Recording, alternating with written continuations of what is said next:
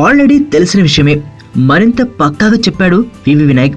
Chiranjeevi 150 cinema ఖైదీ number 150 పక్కాగా వచ్చే సంక్రాంతికి వస్తుందని వినాయక్ స్పష్టం చేశాడు.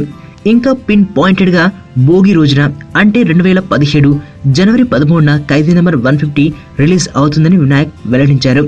రాజమండ్రి పుష్కర ఘాట్లోని విద్యా గణపతిని దర్శించుకున్న అనంతరం మీడియాతో మాట్లాడుతూ వినాయక్ ఈ విషయం వెల్లడించారు.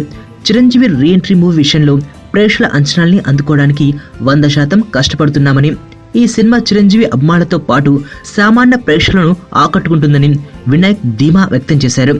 ఇంకో 4 నెలల్లో చిరంజీవిని వెండితెర మీద చూసుకోవచ్చన్నమాట. ఇప్పటికే 60% షూటింగ్ పూర్తినట్లుగా చిరు 150 యూనిట్ సభ్యులు చెబుతున్నారు. సంక్రాంతి డెడ్ లైన్ అందుకోవాలన్న పట్టుదలతో చిరంజీవి విరామం లేకుండా షూటింగ్ లో పాల్గొంటున్నారు.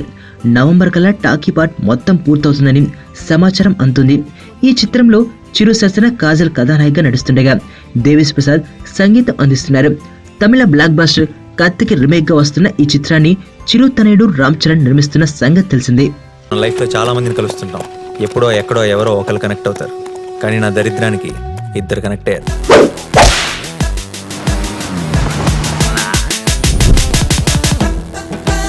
ఈ స్మైల్ చాలా బాగుంది. నిజం అనుకోవద్దు, అబద్ధమే. బానే ట్రై చేస్తున్నావు. I love you. జోక్ చేయకు. ఏంటి నన్ను ఫాలో అవుతున్నావా? నువ్వే స్కూటీ పాడైపోయిందని అబద్ధం చెప్పి నన్ను ఫాలో అవుతున్నావేమో నా